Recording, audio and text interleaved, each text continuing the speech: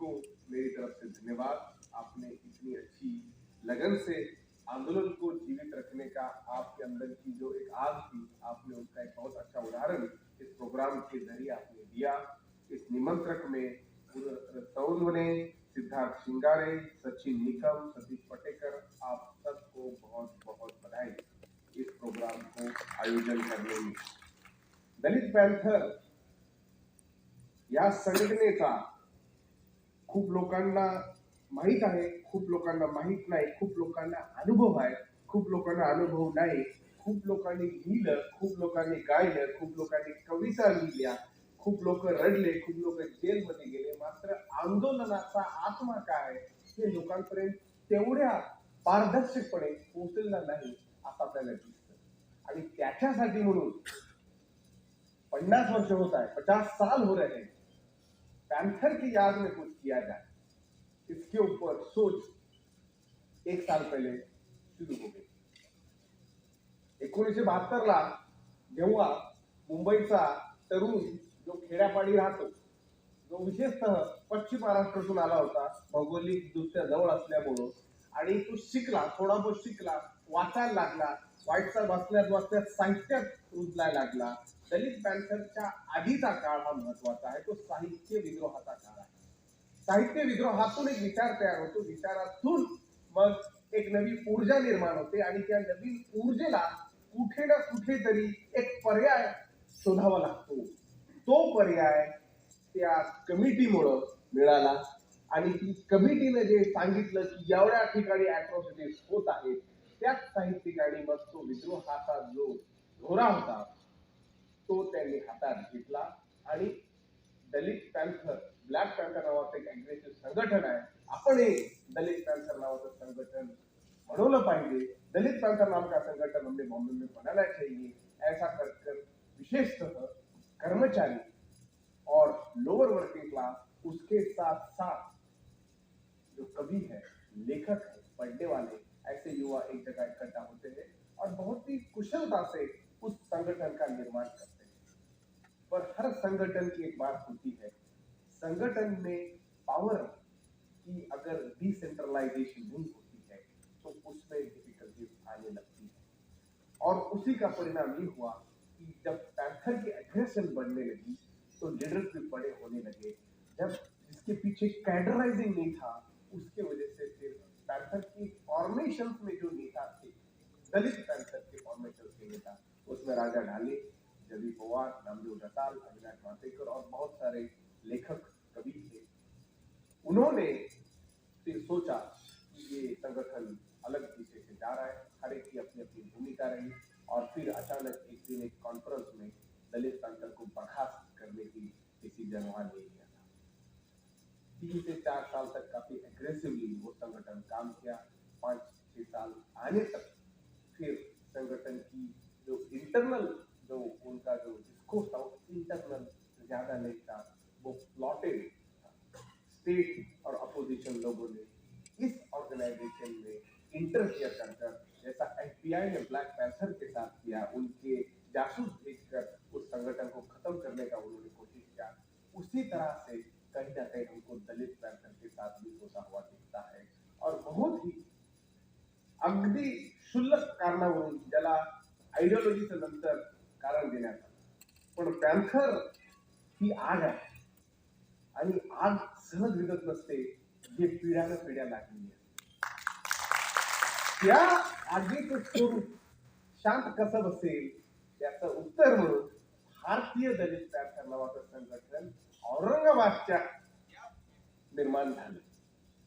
त्या भारतीय दलित पॅन्थरचे इथं पहिले अध्यक्ष प्राध्यापक अरुण कांबळे होते, त्यांच्यासोबत अनेक मान्यवर होते, त्यांची नावं घेणं आपल्याला अत्यंत महत्वाची आहे। सांगितल्याप्रमाणे एस.एम. प्रधान हे नांदेडचे, पण मराठवाड्यामध्ये त्यांचा असलेला दरारा, आता केंद्रीय मंत्रिमंडळात असलेले सामाजिक न्याय खात्याचे केंद्रीय राज्यमंत्री रामदास आठवले, टी.एम. कांबळे, गंगाधर गाडे, प्रीतम कुमार शेगावकर, मनोहर अंकुश, हुसेन दलवाई, लतीफ खाटिक, भाई शिंगारे आणि अविनाश महातेकर यांच्या सोबत अनेक लेखक, विचारवंत, व ऍक्टिव्हिस्ट जोडत गेले आणि भारतीय दलित पॅन्थरच्या आंदोलन त्यांनी जीवन 1972 हा महत्वाचा काळ आहे, कारण आंबेडकरांच्या नंतरचा जो काळ आहे, जो गॅप राहिलेला आहे 56च्या नंतरचं एक महत्वाचं 1960च्या दशकातलं एकच आंदोलन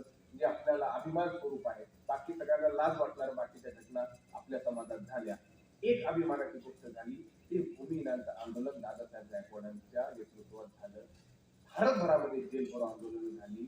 रिपाईच्या माध्यमातून पंजाब पासून राजस्थान ते गुजरात ते महाराष्ट्र आणि दक्षिणामध्ये आरपीआयचे लोक जेलभरो गेले, कारण भूमिहीनांना जमीन पाहिजे. त्या जमिनीच्या अधिकारासाठी लढलेले दादासाहेब गायकवाड, त्याच्यानंतर राजकीय दृष्टिकोनामुळं एक सीट फक्त रिपाईला, बाकी काँग्रेसला, ह्या फ्रस्ट्रेशनमुळे ही भूमिका झाली आणि इथला युवक संतापून 1972ला बनवला. आता 50 वर्षानंतर 72चं जे एक माइलस्टोन आहे आणि संघटन जास्तीत जास्त टिकलं नाही, तर मग बा अयशस्वी संघटनांना तुम्ही साजरे का करता असे काही लोक म्हणतील. आणि रिपोर्ट कार्ड पाहिला तर एका प्रमाणात त्या संघटनेचं आयुष्य तसं नसेल तर त्याला अयशस्वी देखील म्हणता येईल, पण यशस्वी देखील आहे. ते काय की आज 50 वर्षात देखील पॅन्थरच्या नावानं लोक गोळा होतात, कारण पॅन्थरची जी धमक होती, पॅन्थरची जी ताकद होती, त्या ताकदीपाठी आणि त्या भावनिकते पोटी लोक जुडायला गेले. तर मग प्रश्न असा आला की मग दलित पॅन्थर 50 वर्ष साजरी का करावी? याच्यासाठी करावी कारण तुमच्या पूर्वजनांचे जेवढेही लढे आहेत हे लढे विषमतावादी व्यवस्थेविरुद्ध राहिले. जहां भी तुम्हारे पूर्वजों ने लड़ा, उनका जो लड़ाई थी वो जहां भी विषमता थी, जहां अन्याय था उसके खिलाफ थी, और वो सिर्फ लड़ाई नहीं थी, वो समाज को सुधारने का एक आंदोलन था. वो समाज के रहने वाले हर व्यक्ति को सुधारने का आंदोलन था. और जब तुम समाज को सुधारते हो तब तुम देश की बिगड़ी हुई व्यवस्था को भी सुधारते हो. तो देश को सुधारने का काम दलित पॅन्थर जैसे संगठन ने 1972 में किया. तो देश को सुधारने के आंदोलन का 50वां जो सुवर्ण महोत्सव है हम मना रहे हैं. और ये महोत्सव इसके लिए भी मना रहे हैं ताकि आज के युवाओं को पता चले आपकी पहली की पीढ़ी ने क्या किया. वो ये ना भूले कि कोई संगठन था और एक आध आपने इंटरनेट पर एक आध पैराग्राफ एक आर्टिकल देखा हो, उसके पीछे बहुत बड़ा काम है, उसके पीछे बहुत बड़े लोगों का त्याग है. और जब हम दलित पॅन्थर की बात करते हैं, उनको सेलिब्रेट करने की बात करते हैं, हम ऐसे जनरेशन में जी रहे हैं जहां पर हमको अभी उसकी आकलन, उसकी एनालिसिस और उसका समीक्षण, उसका क्रिटिकल एनालिसिस करने की भी बहुत जरूरत है. क्योंकि आने वाले समय में समाज किस तरह से वर्तन करना चाहिए, समाजाने कशा प्रकारे वर्तन केलं पाहिजे, कशा प्रकारे वागलं पाहिजे, याचं देखील या महोत्सवाच्या रूपाने आपल्या पुढे काही उदाहरणं देऊन आपण पुढे आणण्याचा प्रयत्न करू. दलित पॅन्थर एवढं अग्रेसिव्ह संघटन होतं की खेड्यापाड्यामध्ये जिथं महिलांना, आपल्या मायापुरींना, माणसांना, जे शेतमजूर होते त्यांच्यावर अन्याय अत्याचार व्हायचा. त्यांना कळालं की दलित पॅन्थर येतात, फक्त वारं आलं की तिथल्या गावाचे लोक थरकाप सुटायचे. एवढा दरारा दलित पॅन्थरचा होता. दलित पॅन्थर म्हणलं की त्या गावात अत्याचार व्हायचे नाही, आणि तिथं अत्याचार झाला दलित पॅन्थरचे युनिट तिथं जायचं, तिथं बंदोबस्त करायचं, तिथं पाठी लावायची. ज्या गावामध्ये दलित पॅन्थरची पाठी आहे त्या गावामध्ये अट्रॉसिटी होणार नाही याची दक्षता दलित पॅन्थर या संघटनेने घेतली. आणि त्याच्यामुळं दलित पॅन्थरचा जो आत्मविश्वास जो आला तो फक्त मुवमेंट ग्राउंडवर नसून विचारांच्या प्रवाहात देखील आला. आणि म्हणून या संघटनेचे वैशिष्ट्य आहे, जिसने आयडियोलॉजी भी किया और जिसने ऍक्शन भी किया, दोन्हीचं चांगलं मिश्रण करून दलित पॅन्थर आपल्या पुढे आले. याच्यात धास्तीने इथला ब्राह्मणवादी घाबरलेला घटक त्याचे मागे फिरले की जर पूर्वाश्रमीचे अस्पृश्य स्वतःच्या संविधानिक अधिकारांचा जर ते स्वीकार करतील आणि स्वतःच्या आंदोलनासाठी स्वतःचं संघटन बनवतील तर आपलं काय, आपल्या शोषणाचं काय, आपण कोणावर शोषण करू जर ही लोक मुक्त झाली तर. म्हणून शिवसेना सारखा एका टपोरी पक्ष त्या काळात मुंबईत स्थित होता. फक्त त्यांचे विषय तेवढे जास्त नव्हते, ते फक्त मराठी हा विषय घेऊन लढायचे. त्यांना मुंबई बाहेर कोणी ओळखायचं नाही. पण शिवसेनेच्या फॉर्मेशनचा एक खूप मोठा वाघ त्या काळात विचारवंत होता, ते म्हणजे प्रबोधनकार ठाकरे. प्रबोधन नावाचं मासिक चालवायचे, ब्राह्मणवादी व्यवस्था विरुद्ध लढलेली ती. त्याच्यानंतर राजकीय घडामोडीमुळं त्यांना विषय मिळत नव्हता. शिवसेनेला महाराष्ट्रभर पोहोचवण्याचं काम दलित पॅन्थरनं इनडायरेक्टली केलं.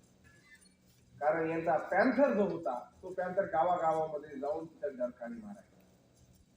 आता त्याचा विरोध म्हणून अचानकपणे जिथे जिथे भेटतील शिवसेना किंवा अन्य ब्राह्मणवादी संघटनांनी आपले फळी निर्माण केली आणि त्याच्यामुळे यांना जे काम झालं इकडे या भागामध्ये ते दलित पॅन्थरमुळे झालं. जिथं जिथं दलित आंदोलनं झाली तिथं तिथं त्याचं कॅप्चर करण्यात आलं आणि त्या कॅप्चर झाल्यानंतर त्या आंदोलनाला कुठे ना कुठे खतम करण्यात आलं. म्हणून तुम्हाला शिवसेनेचा वाघ दिसतो.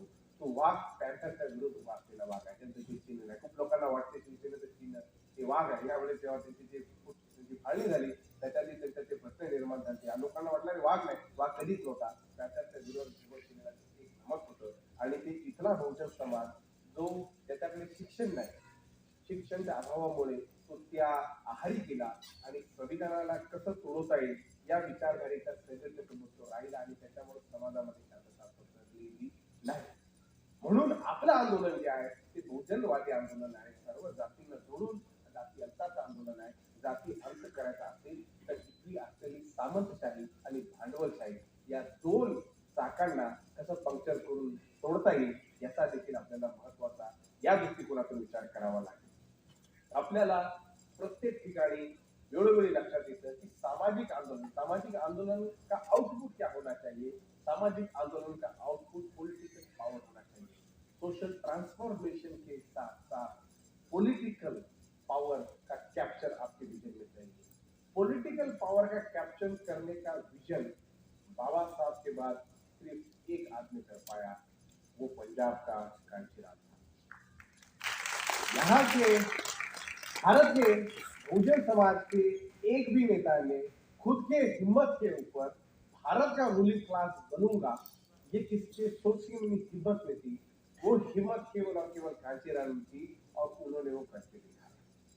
कांशीराम अपने जमाने के सबसे खतरनाक पॉलिटिशियन थे क्योंकि लोग डरते थे कि पता नहीं कब अपनी साइड बदल दे और कब हमारी सरकार गिरा.